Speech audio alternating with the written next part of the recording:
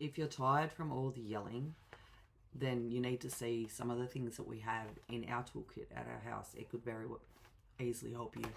So we use everything from VR to iPads, tablets, and mobile phones. And these help my children regulate those big feelings even as they get older without the negativity, the screaming, the yelling, the fighting, the blow-ups. I was one of those parents who hated technology, but in the end, I realised that they actually were a great tool, and it took during COVID to figure that out, especially during the lockdowns when my now 13-year-old was dealing with big emotions from the isolation and his autism. And just over the last few years, we've gradually built up more and more devices, so everybody now has their own.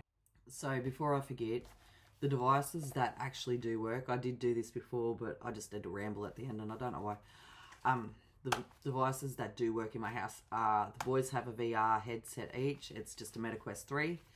And we have the Sony tablet, the Samsung Galaxy tablet, sorry. And the iPad, my 13-year-old has an iPad mini.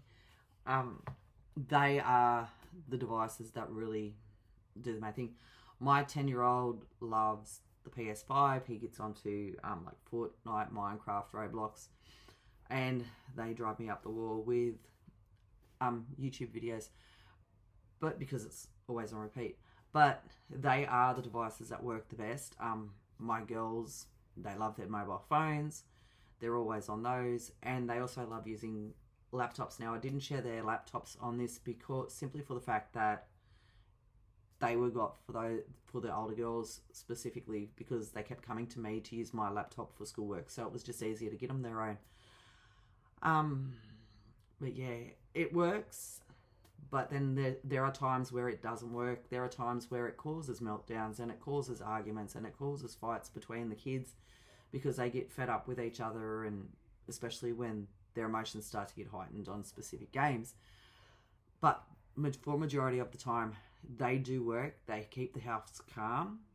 They make it easy. It makes it easier for me to be able to focus on other kids' needs at the time while I've got other kids distracted until I can get to their needs. The way that it doesn't work is they do become lazy. They do become reliant on it.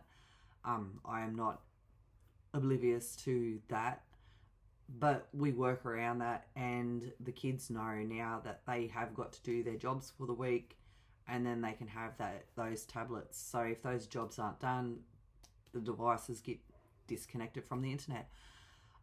Because I do pause them because we have Starlink, so I pause the devices, each individual device. I've gone through and I've checked what device is what on our Starlink, and now I've got it next to names and device, so I can just go up if it's on there and it's being used and turned on. I'll just go boonk, and that turns them off. And it's like, well, you know the rule. You got to do this. If you want that back on, you need to do this for me now. So that is starting to work, and that is a new routine that we've really put into place, really gotten firm with in the house. It's working, but there are, as I said, there are a lot of times where it doesn't work.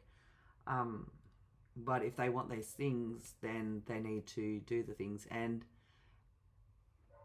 yeah, they're just my regulation tools. So it's because they've been made to go a week without them, to have that break, to have that social interaction with each other, and to learn to get along and to help out around the house.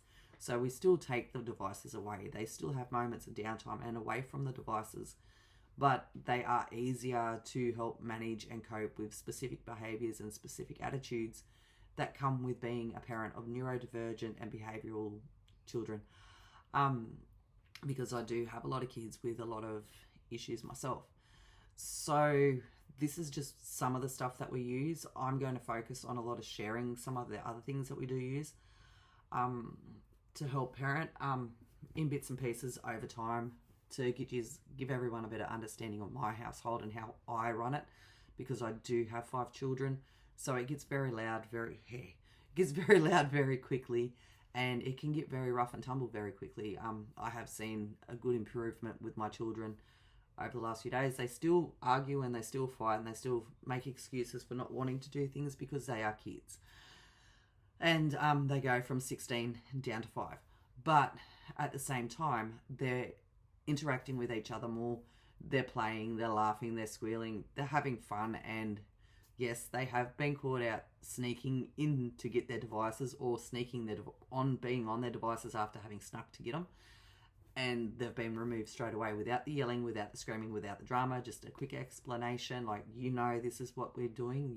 This is how we're doing it this week because you need to help out a little bit more. When it comes to the time, once we've decided you've done enough, you will get your devices back. And this works for us in our house. And because if we didn't try, it would be chaos, like constant chaos.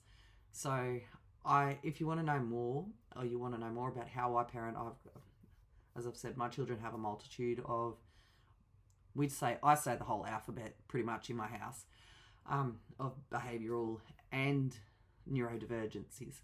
So if you would like to know more and see more of the things that we do and how chaotic my house can get, the mess that sends me into chaos, I'm happy to share, and because this is my reality, and this is the reality of a lot of other people out there in Australia, because we have more children being diagnosed with things now than what we have in previous years, and it's becoming the norm for a lot of homes and households.